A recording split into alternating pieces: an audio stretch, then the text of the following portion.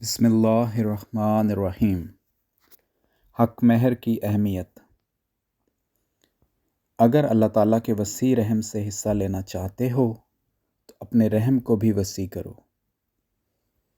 طلاق کی صورت میں پیدا ہونے والے جھگڑوں کے ضمن میں حق مہر کی ادائیگی کے بارے میں حضور ایدہ اللہ تعالی فرماتے ہیں، بعض آئلی جھگڑے ایسے آتے ہیں کہ کہا جاتا ہے کہ نہ میں تمہیں چھوڑوں گا یا طلاق دوں گا اور نہ ہی تمہیں بساؤں گا۔ اگر قضاء میں یا عدالت میں مقدمات ہیں تو بلا وجہ مقدمہ کو لمبا لٹکایا جاتا ہے۔ ایسے ہیلے اور بہانے تلاش کیے جاتے ہیں کہ معاملہ لٹکتا چلا جائے۔ بعض کو اس لیے طلاق نہیں دی جاتی، پہلے میں کئی دفعہ ذکر کر چکا ہوں کہ یہ خود خلا لے تاکہ حق مہر سے بچت ہو جائے، حق مہر ادا نہ کرنا پڑے۔ تو یہ سب باتیں ایسی ہیں جو تقوی سے دور لے جانے والی ہیں۔ اللہ تعالیٰ فرماتا ہے کہ اپنی اصلاح کرو۔ اگر تم اپنے لیے اللہ تعالیٰ کے رحم اور بخشش کے طلبگار ہو تو خود بھی رحم کا مظاہرہ کرو اور بیوی کو اس کا حق دے کر گھر میں بساؤ۔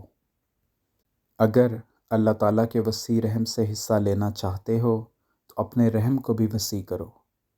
آپ مزید ارشاد فرماتے ہیں، میں نے ابھی طلاق کا ذکر کیا تھا کہ بعض مرد طلاق کے معاملات کو لٹکاتے ہیں اور لمبا کرتے چلے جانے کی کوشش کرتے ہیں۔ ایک تو جب شادی ہو جائے کچھ عرصہ مرد اور عورت اکٹھے بھی رہتے ہیں اور اولاد بھی بسا اوقات ہو جاتی ہے، پھر طلاق کی نوبت آتی ہے۔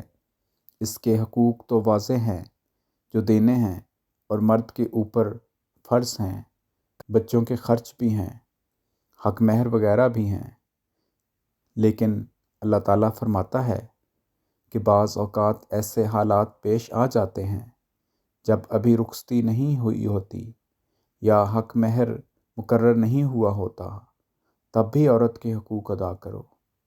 سورہ بقرہ میں خدا تعالیٰ فرماتا ہے کہ تم پر کوئی گناہ نہیں اگر تم عورت کو طلاق دے دو جبکہ تم نے ابھی انہیں چھوا نہ ہو یا ابھی تم نے ان کے لیے حق مہر مقرر نہ کیا ہو اور انہیں کچھ فائدہ بھی پہنچاؤ۔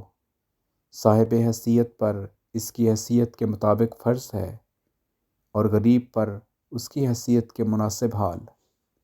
یہ معروف کے مطابق کچھ متاع ہو۔ احسان کرنے والوں پر تو یہ فرض ہے۔ البقرہ آیت 237۔ اس آیت میں خدا تعالیٰ فرماتا ہے کہ جب مرد کی طرف سے رشتہ نہ نبھانے کا سوال اٹھے، اس کی جو بھی وجوہات ہوں، مرد کا فرض بنتا ہے کہ ان رشتوں کو ختم کرتے وقت عورت سے احسان کا سلوک کرے اور اپنی حیثیت کے مطابق اس کو ادائیگی کرے۔ اگر اللہ تعالیٰ نے وسعت دی ہے تو مرد کو حکم ہے کہ اس وسعت کا اظہار کرو۔ جس خدا نے وسعت دی ہے، اگر اس کا اظہار نہیں کرو گے تو وہ اسے روکنے کی طاقت بھی رکھتا ہے۔ کشائش دی ہے، اگر حق ادا نہیں کرو گے، احسان نہیں کرو گے تو وہ کشائش کو تنگی میں بدلنے پر بھی قادر ہے۔ اس لیے اگر اللہ تعالیٰ کے فضلوں سے حصہ لینا ہے تو عورت سے احسان کا سلوک کرتے ہوئے اپنے پر اس وسعت کا اظہار کرو، اور کیونکہ اللہ تعالیٰ کسی نفس پر اس کی طاقت اور وسعت سے زیادہ بوجھ نہیں ڈالتا، اس لیے فرمایا کہ اگر غریب زیادہ دینے کی طاقت نہ رکھتا ہو تو وہ اپنی طاقت کے مطابق جو حق بھی ادا کر سکتا ہے کرے۔